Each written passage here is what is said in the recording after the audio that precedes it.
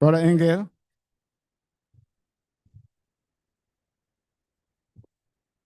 Since you have the Sister Tammy, Brother Engel, Sister Jen. Brother Engel, since you have the mic, could you please say the prayer for me? Thank you. Come forward, come forward. Almighty Father, then we thank you, dear God, for your blessings. We thank you, God, for the lesson that we heard this morning, to our life. As we, Father, dear God, prepare for this Bible class, we pray, dear Lord, that the things that are shared will help our heart condition, will help us to be better, will give us spiritual health as we, Father, dear God, seek to serve you and do as you say. These things, oh Father, we pray through Christ's name. Amen. Amen. All right. So thank you for your presence. We have been doing procrastination. There is a document. If you are new to the process, there's a document. If you go to tinyurl.com/do-it-later, you can get the entire document. There is an assessment in it that some of you did live while we were doing it to assess whether you are a procrastinator or not. So I don't know how many, because we have different classes over time. But if you have done the assessment, I'm not sure where you are, there's going to be a response to it. So go back again. If you have not downloaded it or have not accessed this, it has the assessment and it has all the things we want to talk about in it. So it's tinyurl.com/do-it-later. All right. So, a question. I'm not going to go back over the assessment. All right. So if you haven't done it, you can go to Tiny and just get it done on your own. So you can just see where you are. What I want to do today is to have a discourse around this issue of procrastination. If you have thought about it since the topic came up, or since we have been engaged in the discussion, or just generally, has this made a difference to your life in any way? Have you reflected on it? Have you thought about it? I'm not going to ask if you have gone through the exercise, which is what you're supposed to go through. So I'm not even going there. I want to just ask the question, have you thought about it in any way? Has this impacted you in any way?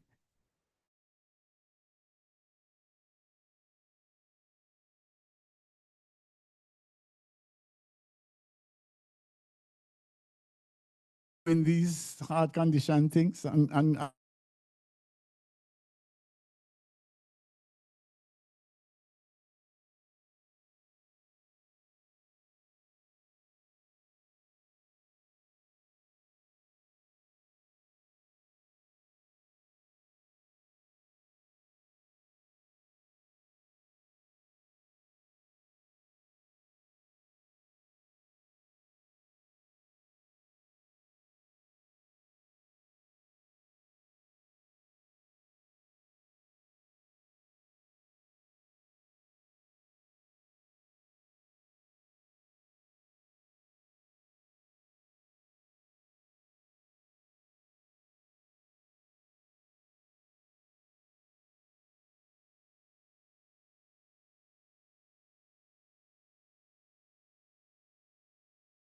when I went through the things, man, no, okay, fine. I'm definitely not a procrastinator, okay?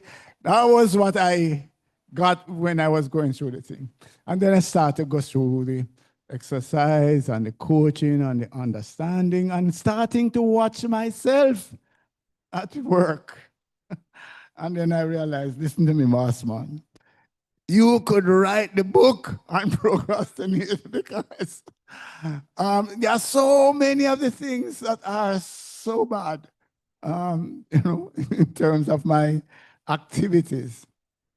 One of the things, um, well, Akila's here, yeah. One of the things that came out as well, and but a tenant pushed back on it, which was the binge thing. How can I be a procrastinator when I get my things done? And it's the same thing with me. I get a lot done, I can tell you the truth. I really am very productive. I'm not boasting here, but that's true. I get out a lot. I have a lot of output. I have get a lot done. The problem is this, that I think I could get it done in a fraction of the time, in terms of elapsed time, because I would be, it's like a binge productivity. So I'm here in this moment, getting something done. I'm going to get it done. Boom, boom, boom, boom, boom. But then when that project or task or whatever it is I had in mind is over, then I might kind of cool out, which is not a bad thing, but that cool out might be a little too long, and you could be there. So you'd go and say, let me see if Manchester United get the transfer that I'm gonna try to get, and you go and do that, whatever it is. So if you add up all of those little distractions in between, what do you call those? I think you could call those procrastination. And so that's a question. So that's what I find. So I get a lot done, but there's a lot of distraction. Or I don't know if you want to call it distraction, but if you look at it in terms of productivity, yeah.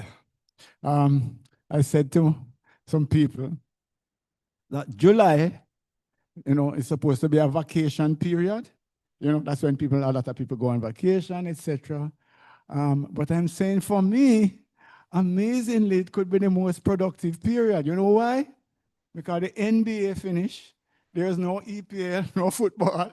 There is no tennis. There is no, and I'm looking at all of these sporting events that take up so much of my time that no, sometimes my TV don't go on for a good while. So that's a question that you have to ask. Is that procrastination? Is that binge work? Am I distracted? Maybe it's not a distraction because it's actually in my calendar. I would actually have these events in my calendar. So that's a question that you have to ask. When you look at what it is that you want to achieve and the goals and so on,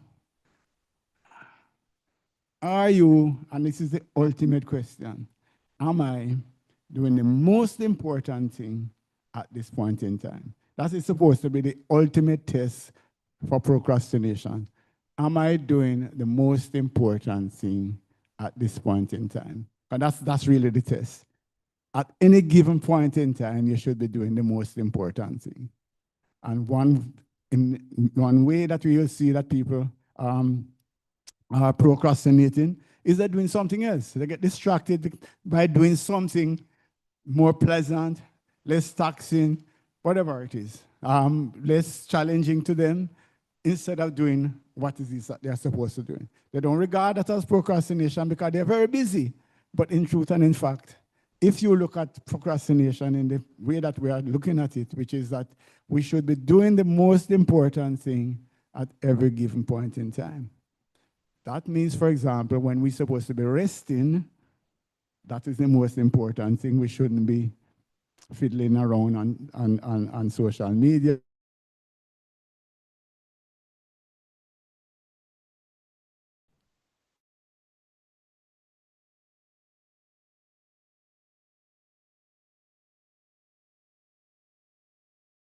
Even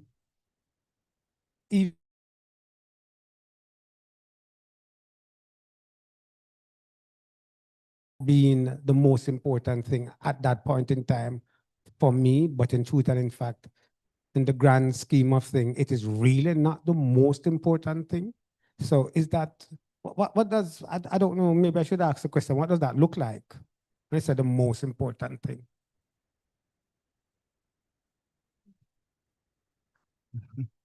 All right, can you fool yourself? Well, Anybody that has seen me stand up here before know that that is we're always full of, right? So we are masters at fooling ourselves, lying to ourselves. All right, so that's our first question. The other question come back now to is that, as you were talking about last night, and we keep saying, you have to have a value system, all right? So clearly, once you have your value system, then that should direct what is important to you, all right? So all right, let me use an example that's completely not in terms of relationship or anything like that. All right, gas in your car, all right? So the tanker go down. Not important really, because whatever it is. But at some point in time, when it starts to pass E, it kind of gets important. So what I'm just saying, at some point in time, things that might appear to be unimportant could get to be important. All right, so that is just an example though. But the key now is our value system. We have to use our value system to determine what is important. So if in our value system, the bottom line is that we have to earn a certain amount of money and earn a certain amount of house and land and whatever it is, then if that's our value system, then spending time with the grandchildren is not so critical, and having time with it, to study the Bible is not, because the time I take to study my Bible, I could have tried to get another customer. You understand? So that's basically the idea, and because that is only in my head, you can't tell me then that I'm wrong to do this or I'm fooling myself. It's only me. So I can play games in my head because it's only me who know what my values are. Yeah? And so that is really where the trouble is. So at the core of all of these hard conditions, it go back to who are we? As a matter of fact, one of the slides here talk about, it's not a question of what have I done or what have I not done. It's a question of who am I being? Listen to this is critical. Who am I being or who am I becoming? Listen to this is important. So when we talk about procrastination, it's not about what have I done or what am I not doing, etc. It is a question of who am I being and who am I becoming? If you understand it from that point of view, then it takes on a completely different understanding. Because what it is now, if I decide that I'm not going to do whatever it is, who am I being then? Am I being the kind of person that God would want me to be? Am I being the person that I say to myself that this is who I aspire to be? Am I becoming? What am I becoming? If I keep putting off what it is that I need to do in order to get a job, who am I becoming? Who am I being? So if we understand the thing in terms of being instead of doing, it makes a huge difference. That makes sense? So have that angle then. Start to look at the things from, because we're looking at procrastination now from a spiritual point of view. The question is, what would God have me to do? What is my purpose? What am I doing here in terms of God's perspective, the Christian's perspective? Who am I being and who am I becoming? Am I either becoming more Christ-like or I'm becoming less Christ-like? And one of the things that we're going to talk about then is, does this have relevance for our eternal fate? Sounds crazy. We'll talk about this procrastination, whether we just do this or not, but we'll talk about eternity and all of that. Well, let's look at it. Yes? But as I said, I wanted to look at a few cases. Anybody have thought about procrastination? Have just reflected or even know, want to say, what's going on in my head when I think of procrastination? Am I actively getting everything done and the time that I say I'm going to get it done? Am I always working on what is most important? Do I have clarity as to my values and what is important? And am I getting it done? Who am I becoming? Who am I being? Anybody? Quick question? No, not quick. You can take your time. You can. I didn't say procrastinate, so I say you can take your time. I think I appreciate the who am I being and becoming. I really appreciate it in light of what procrastination could look like. Because if I do not have some kind of goal about myself and what I want my day to look like, that leads into my week, into my month, into my year. If I don't have that going, then I might just find myself doing a whole heap of nothing. You know, I'm so busy doing this, doing that, doing this, but what's it leading to? And this is why I'm saying I really, really appreciate who am I being and what am I becoming, because that not only centers me, it gives me a sense of purpose. And so therefore, I'm able to decide what is most important daily. Excellent. Yeah. In the business world, I use the example, use it again here now, of saying to somebody, did you do a good job of work today? And the person said, well, I believe you, I'm tired this man. You wouldn't understand, right? And then I say to them, if you were to ask your supervisor, did you do a good day's work today? Would they say the same thing?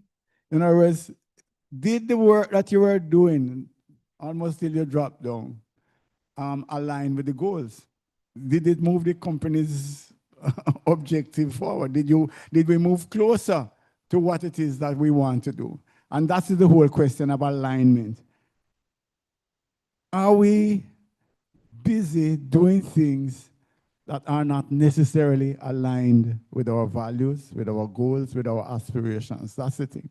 We can get very, very busy, caught up in things that are not leading us to where we want to go. Yeah? Go ahead, Brother Kirk.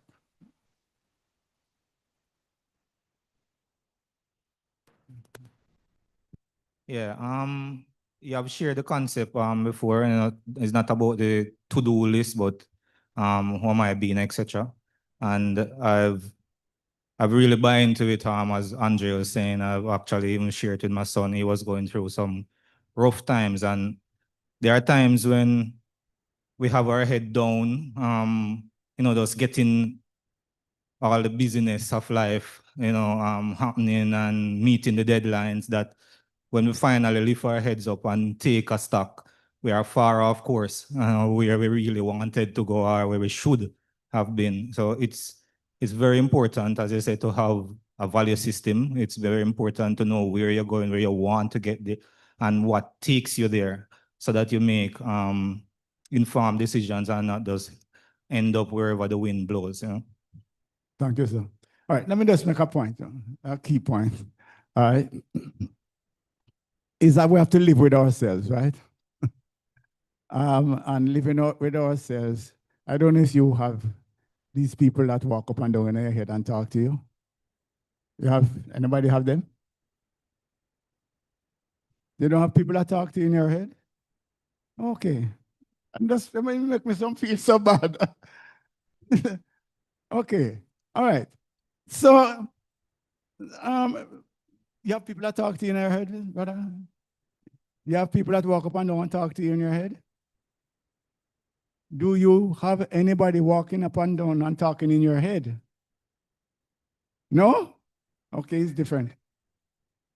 Okay, okay, okay. All right, okay. All right. But, all right. So let me tell you now. All right. Seeing that some of you have the same problem. These people in my head can give me a hard time. Okay? So if I say that this is a goal and these are values that I have and this is what I aspire to do, you have a little miserable one. Never give my name one. I'd really also come and everything I do. So that is leading you to everything that I do and find a fault with it. Everything. I'm gonna try watch a little football, quiet. So what about the thing where you're supposed to work? Just leave me, no man. Give me a break. So something, yeah, something. I'm gonna put you at the back of the class. I get me in trouble. I'm go home. I can't get no dinner to eat. So yeah, so that's the problem that we have. So if I need to have peace of mind, I have to find ways to talk to these people in a way that kind of leave me alone, you know? So if I want to watch my game in peace, I have to say, yes, but don't you know that relaxation is important and that my productivity will go all, work and no play. So I have to talk to my people in those kinds of ways so them leave me alone. And that's how we live our lives. We just have to find ways to explain what it is that we are doing in a way that the miserable noise kind of quiet down. And that's how we fool ourselves exactly, because we have to live with the noise and it will drive you crazy unless we quiet it. So I find that is the secret to the heart condition thing is that, and that is why I am so, well, I'm blessed in order to be asked to lead the series, but it's not, not easy. Because when you go down and know really and truly what it is that you're supposed to be doing and the depth and importance of it, you find it kind of hard to give a story to the person in the back of your head. So that they get more credibility and you're under more pressure. And I suppose it's good then in that you're supposed to then align with what you're really supposed to do. That's really the secret, That's what this is all about, is that if we could learn more, I suppose that's where the scripture come in again, the sermon today. If we learn more and internalize more what it is that we really ought to do, we're going to find it harder to convince the voices in our head that whatever it is we're doing now is really right. And so that's where conscience going to come in. It's going to be a more educated conscience, and you're going to find it harder to lie to yourself, if you want to put it that way, right?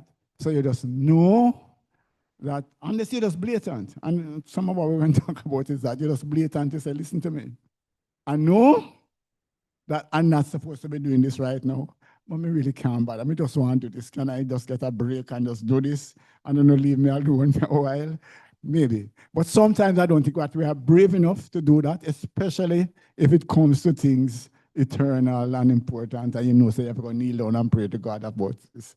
So that's, I don't know. That to me is a kind of secret understanding of how it is that we can improve ourselves spiritually, is that question of what we do with the voices in our head. Can somebody explain what we just said a while ago? Or what? No, ask the question. Answer it.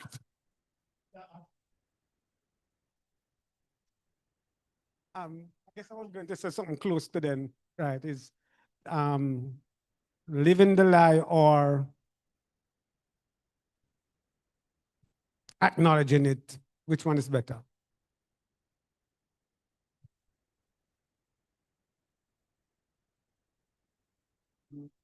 This one is harder now than you make it even deeper now. Living the lie. All right. It all depends on where you are spiritually, actually. And I'm not being, simplistic. If you are on the edge of lack of faith, apostasy, really really care spiritually, if you're at a low ebb spiritually, then living a lie becomes easier. Yes? In that's how you got there, by the way, is that you quieten the voices consistently. Yeah? So the first time you do the thing and the voice says, hey, what's going on there? You say, but after a while, you don't really hear it. As a matter of fact, I have one of the things that we're going to talk about is apostasy and how can procrastination lead to that. One kind of scenario, let us put a scenario like this, all right? I'm a regular visitor, yeah? And I have been a regular visitor for a long time. Okay. So people come, and certain people come to me and say, so what are you waiting for? You know, when you're going to get baptized, why are you waiting, whatever it is? And initially it kind of bother you, etc. But in your mind, you're saying, no, I'm not ready. You know, when I'm ready. After a while, you know, these are the 3-4 people that seem to come to me and ask me. Some of them I'll try to avoid them. Yes? Some of them make sure me don't make eye contact with them and, you know, when after everybody gathering and whatever, me go bathroom. Because I don't want them come bother me and ask me about this. All right. But I'm still visiting, and sometimes there's a call. Some people have some sermons that really kind of put pressure, and I just know it's me they're talking to because I'm here for all the time, and I don't. So I know. So after a while, when I'm here, I have to kind of shut off those messages because otherwise the people in my head will give me a hard time. So I kind of downplay it when I hear the calls because I'm saying, yeah, there are people who might be ready, but I know I'm not ready yet. So I'm not. This is not me they're talking to. Once upon a time, I used to think it's me, but now I know it's not me because I know I'm not ready yet. And so we go there. So I'm starting to separate myself from some of the people because I don't want nobody ask me questions, but I'm still coming. The message is not having the same impact on me because I know it's not me they're talking to. Yes? And so gradually, I'm at a place now where am I about to come in? Where am I about to come in? Yeah? There's another piece to it. I used to ask questions in Bible class, you know, because I have questions that I have to ask, etc. But then sometimes I see some of the people kind of look at me and say, you know, maybe if you became a Christian, you know, whatever, I kind of feel as if I'm tying up the Christians' time asking these questions, you know. And so I feel guilty. So, you know, something I'll stop asking questions. You see where this is going? Is that you get to a place now where I'm not getting my questions answered, so I still have all sorts of things.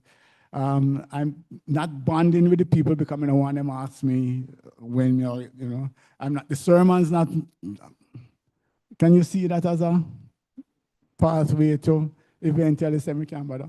What's the point? Or even if I come, just coming because it's something to do, and you know, but it's not coming inside. So that's the kind of scenario that could happen with delay. Yeah, when a decision is to be made, kind of put it off, and you put it off to a point now where it not even seem like a decision anymore. You don't. It's not a matter of moments anymore. It's just I'm all right. I'm just go through. So that's how it can be. So we're not saying that people must just rush and just jump in and whatever it is if they're not ready or if they're not clear about what it is. But those are some of the ways in which procrastination can actually lead to the loss of your soul by delaying and quietening the voices, not only in your head now, but the voices around you, the incoming information. So that's what it is. So in order to be comfortable in the delay, you have to shut off incoming information, basically. Help me. That land or that's crazy? Who can explain what I just said? Pardon me? Yeah, well, that would be the lie. In other words, you know that you're supposed to get into Christ, so to get baptized, etc. So yeah, part of living that lie, because you have to be comfortable with yourself. Bear in mind that if you're not comfortable with yourself, you're going to take action, right? So part of living a lie is to shut off the information that's coming in. Shut off from outside, shut off from the voices inside, so that you can be comfortable in this state of non-action.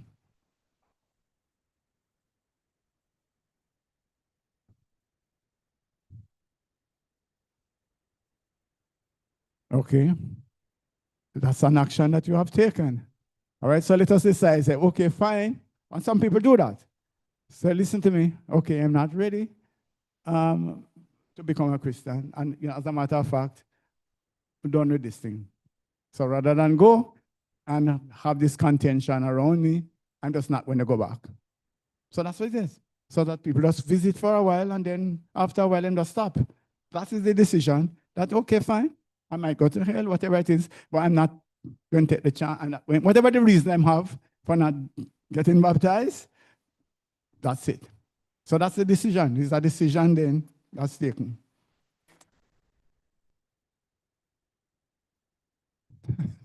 Some big questions. Come take the mic. All right. I'm trying my best. All right. So balancing between the two things, where the aspiration is here. You still want the aspiration, but go back to your cognitive dissonance. We are said to ourselves, I'm not living up to it.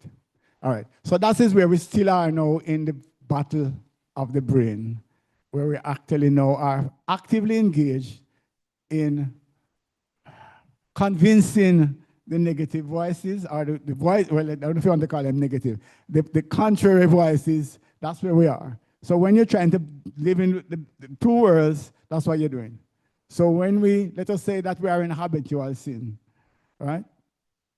We convince ourselves that, boy, we're not doing this again.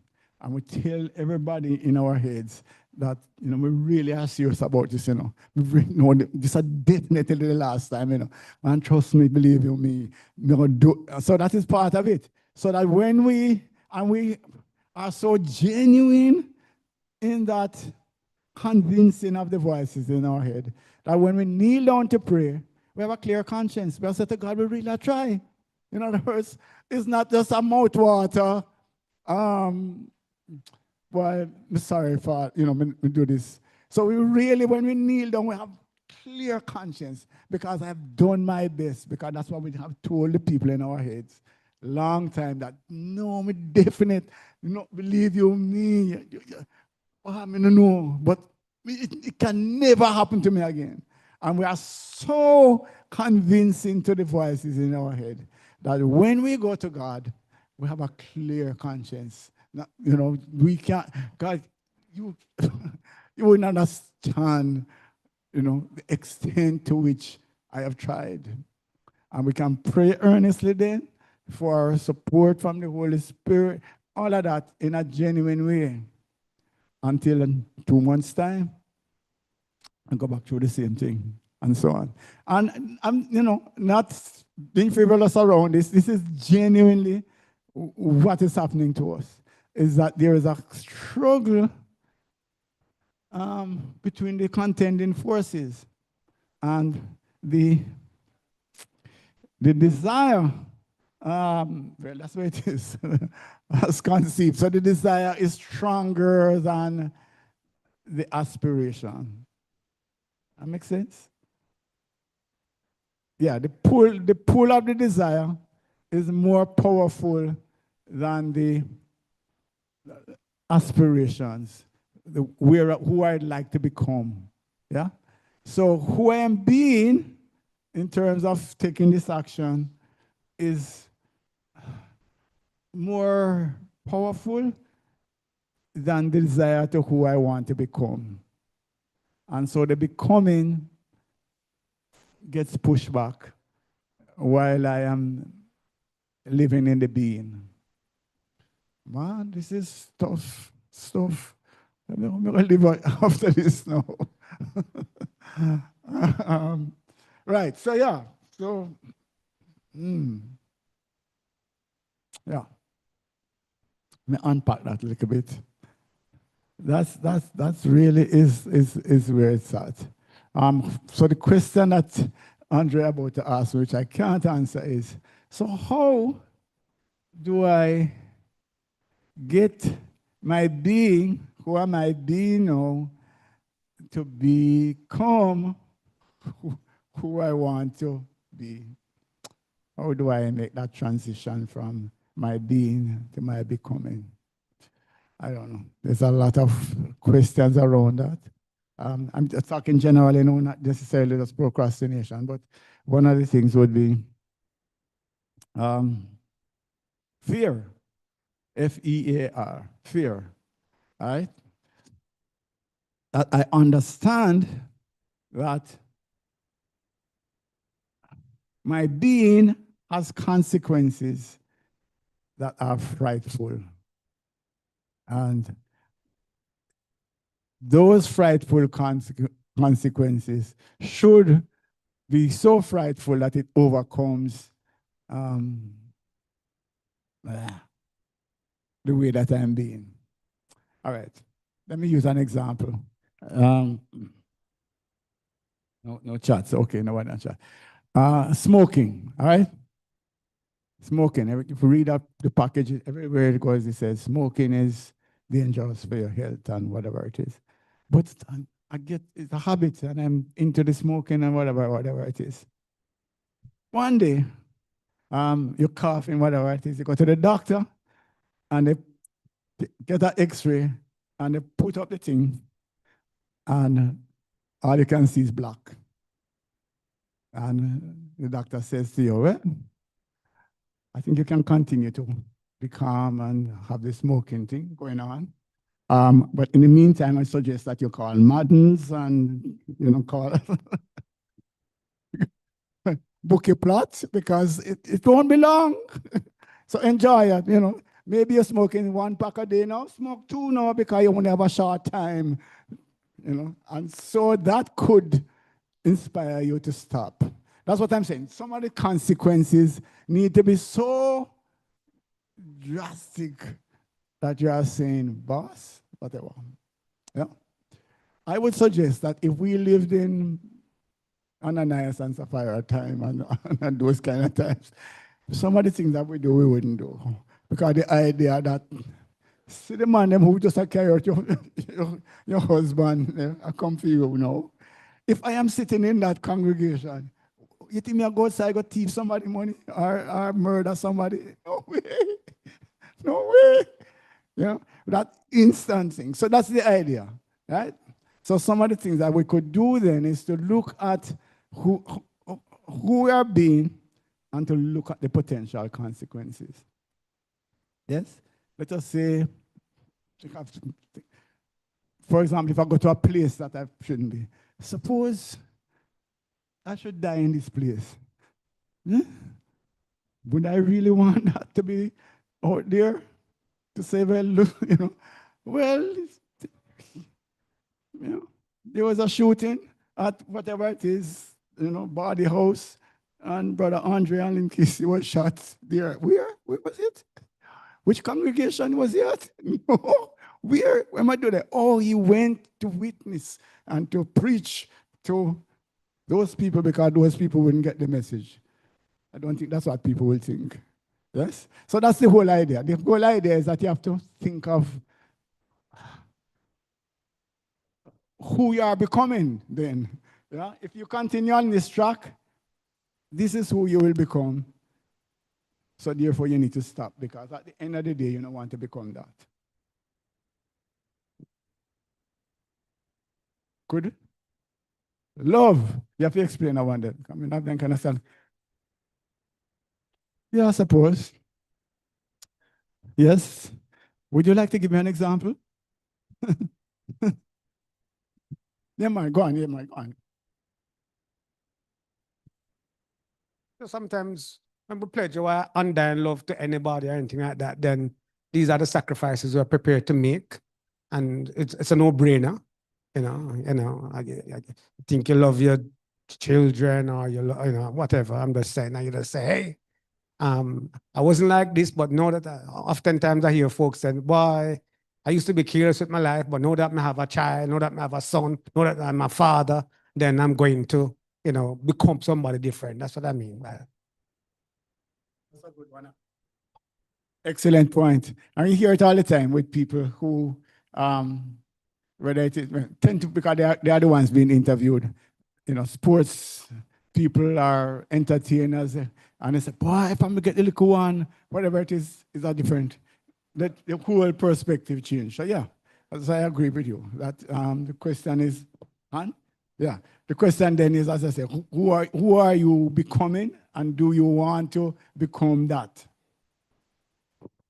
As you meant the earlier illustration about certain fearful things happening, I know this preacher, preaches for the church, but when he was younger, in his early 20s, he would still go to parties. On Saturday night, he'd be at a party, and then Sunday morning, this is his words, he would come to church and everything, until one night when he was at one of those parties, somebody shoot up the place. And he was under a table, and he said, his prayer was, God, if you take me out here tonight, me not come back. And that was it. That's how he changed his life, and decide, he can't live that double life anymore. Definitely. All right. So we're reaching terms of time. Plenty time? Okay. Okay. Mike Ers.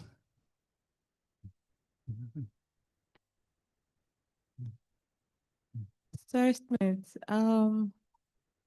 for me, in terms of procrastination, right? I think what I struggle with most is I have the task, but there are some aspects that I think may be easier. So I will stick to that part and then with hope that the solution or the way out to the bigger parts will come as I go along. And then I find that I become overwhelmed by the time I get to understanding how to figure out the bigger problem or the harder parts. So I become burned out. So what did you take on that? Yeah, that's a common procrastination problem, is that we do things that are easy, that we're comfortable with, and put off things that are challenging. That's part of it. So there is a philosophy which is not always wise, but this is an ongoing challenge. One suggestion is that you actually break out of it by actually doing the difficult thing first. In other words, you're supposed to actually do what is the most important, whether it's hard, easy, or not. All right? But if you have a challenge, actually consistently avoiding challenging things, brace yourself. One of the things we talk about is this kind of 15-minute rally, ready, get yourself ready and say, okay, fine. I'm going to break the back of this and go straight to the thing that is difficult, because if you can manage this now with a clear mind and when you're ready, then the rest will fall in place. It's not a general advice that you go after the hardest part, right? But for someone who is chronically avoiding difficult challenges, sometimes it might make sense to actually brace yourself and start with the challenging piece. So let me see, because if I can get through this piece, then the rest will fall in place. It's easy. Yeah? It's just a discipline to try and see that. And then after a while, you get the confidence that, hold on, are this many further all the time? And whatever it is. So you start to get to a place now where you feel more comfortable taking on challenges. Huh?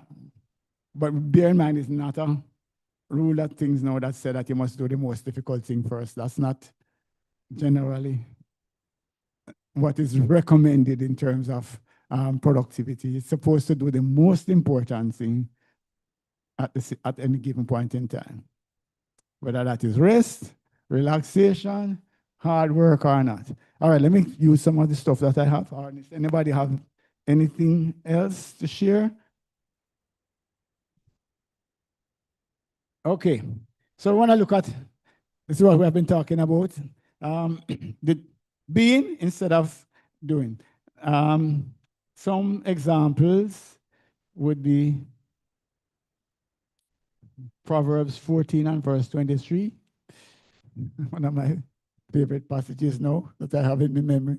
All hard work brings a profit, but mere talk leads only to poverty. All right. So what are we thinking about that? When we read that, what do we think about procrastination? Where are we? Planning without action leads nowhere, but also intent without execution is spiritual waste. Yeah? So again, the voice in your head that says, yeah, man, I'll get it done, you know. Yeah, man. I soon come to it. I'll get it done. Right? Trust me, I'll get it done. But then there's no movement towards actually getting it done. And when that passes, the deadline, whatever the deadlines are, the multiple deadlines, do we come to a point now where, again, in order to be comfortable in our minds, we kind of leave it off as an objective? Anybody can identify with that? That there are priorities that we had that we were definitely going to get done. There's no question we'll get this done. But it not having been done, after a while, it's just not on the agenda anymore. and so we don't have to have no issues at all. We're comfortable in ourselves because we don't have this burden and these people are bothering our head about why we don't get the thing done. Yes? You can.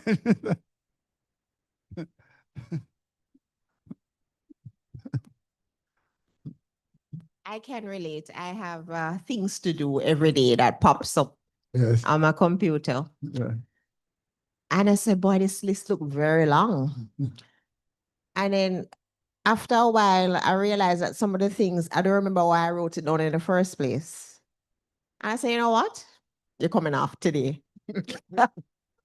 I just delete it because I say if it was really, to me, if it was really that critical, I'd probably remember. And I just get rid of it. And I say, you know what? I like how this list looking now. It looks shorter, you know? But I can see the list in front of me now. I have some things on there and I would love to do them. And I say, you know what, you're going to have to wait. So I can relate. Yep, definitely. Yeah. They just There's this thing on the internet where the person planned to get a car, but when they realize it's getting really rough, they just put pet beside it. Or just buy a carpet instead.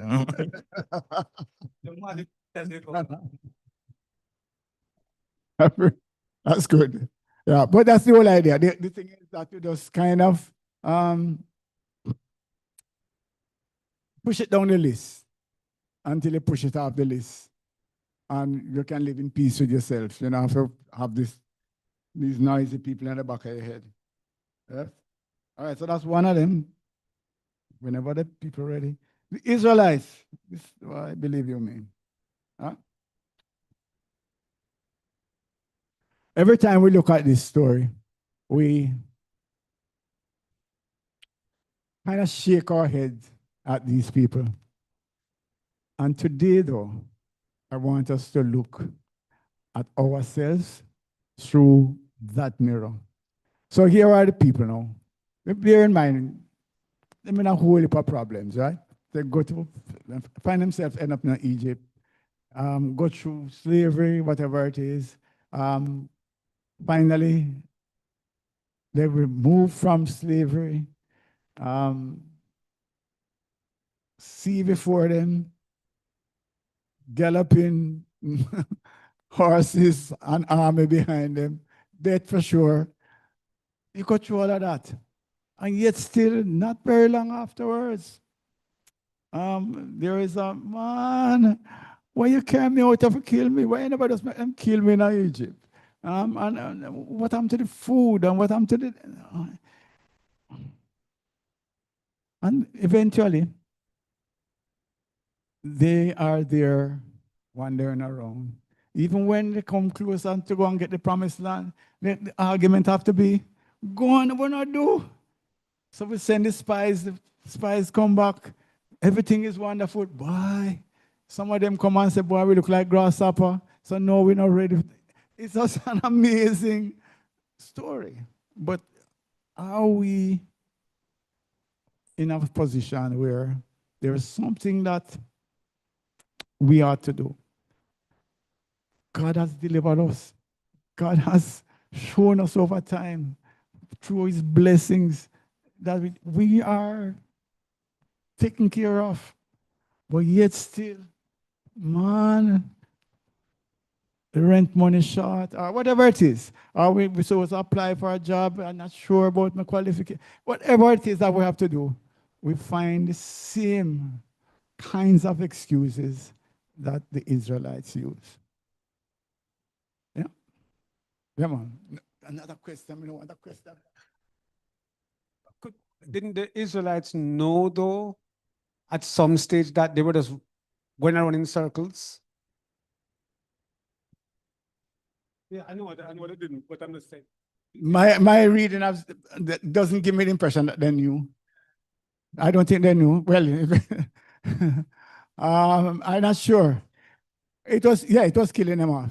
But I just know that the distance was like a couple of days to the promised land. And it still is taking 40 years. But I'm not sure that they knew. I'm not sure.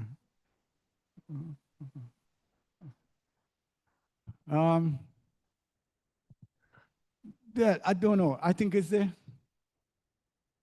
if I can go back to the becoming and the whatever it is, they were still in a slave mindset. They were still in that doubting, not sure. Remember that actually, have a lot of contention in terms of quote unquote gods, in terms of, so I don't think that they had the clarity of Jehovah and his might and what he can do, etc. I don't think so. I don't understand why not, because of all that he has done there. But at the end of the day, I think that was the problem, is that faith, that understanding that this is a definitive promise, and if you maintain the standards, then all of this will happen. That is the bifurcation that you talk about, where they are looking at having the cake and eating it, or wanting to be one thing and not another. Go ahead. I guess where my headspace was is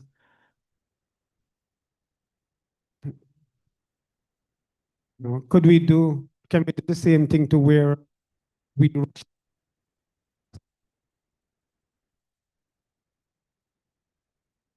rationalize our procrastination,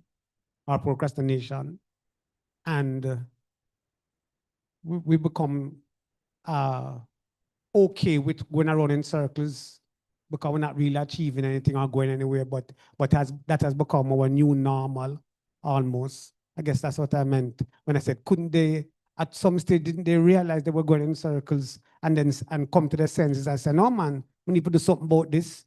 Or is it that are we too far off from them in our own thinking too, where we rationalize our procrastination? So although we're going in circles and we're not achieving anything, it has become our new norm. Yes, I would say yes, that's for sure. If you think about evangelism, that's a good example of it, in the sense that I don't know enough. I have to study some more, and I'm sure what I would say to the people. Yes? So eventually, I will get there, but I have to study some more. I have to understand some more, and yeah. So that's basically what it is. So that's generally, what it is. Yeah. I don't want to rush into it. I don't want to say the wrong thing. I'm not ready. I don't wanna, and it just goes on. So yes, it's the same basic idea. You ready, sir? Mr. Brother Gwen, ready? I'm just filling out space here. All the classes finished? Okay. So why them have me here?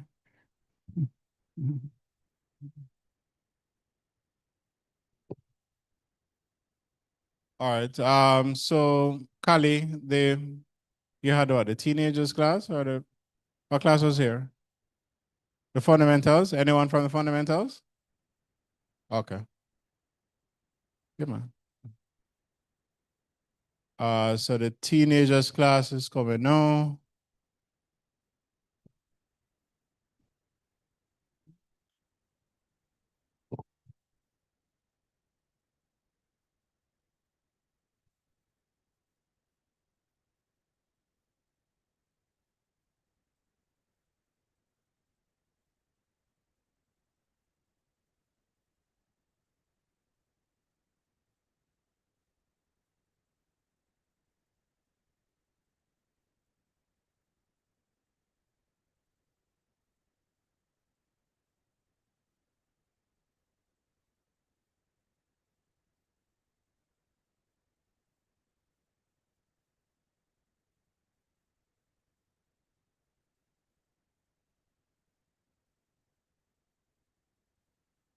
How old are you?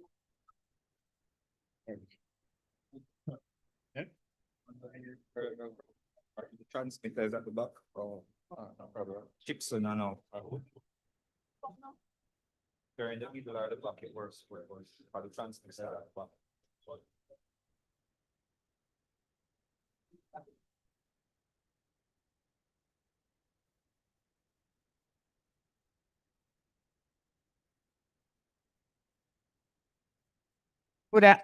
Good afternoon. Today we looked at Proverbs chapter 3, verse 5, 3 to 8, right? Or 5 to 8, one of them. And they will share with you what they have learned. So I had learned that to trust in God. To trust in God means devoting ourselves to Him, and in doing so, He will set our path straight. I learned that we should trust in God because He's all knowing and all powerful, and you will not fear anything if you trust Him. You should also not lead on your own understanding. I learned that I must follow God's instructions because if I don't, I will face the consequences that He has listed. He's my creator and He have all power over my life.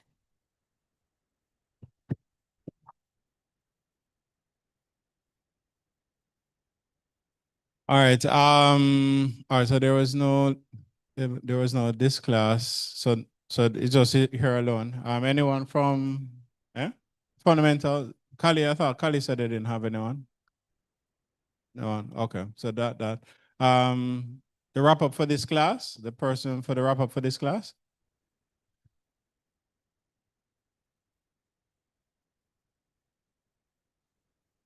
Any volunteers wrap up for this class? All right, Brother Andre. I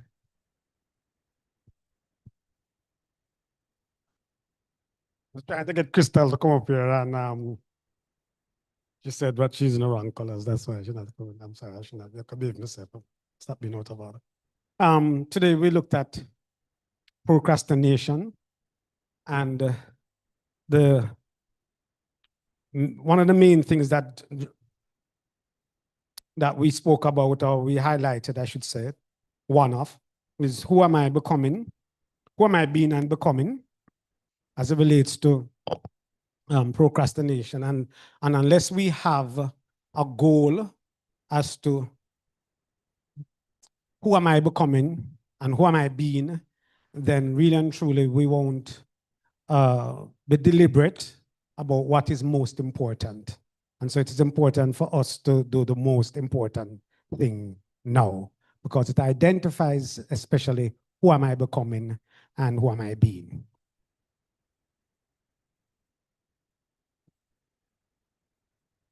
All right, so I think those are all the classes. Is Sister Hobbs still here? Sister Hobbs? Okay, Sister Hobbs still here, and Howard and Sister Hope? Okay, all right, cool. All right, so we're saying happy birthday to Tessa, and then happy anniversary to the James and the Hobbs, all right? Happy birthday to you, happy birthday to you. Happy birthday, dear Tessa. Happy birthday to you. May the good Lord bless you. May the good Lord bless you. May the good Lord bless you. Happy birthday to you. Happy anniversary to you. Happy anniversary to you. Happy anniversary, Sister Howard, Brother Howard, and Sister James. Happy anniversary to you. All right, I think we are dismissed unless there's another announcement.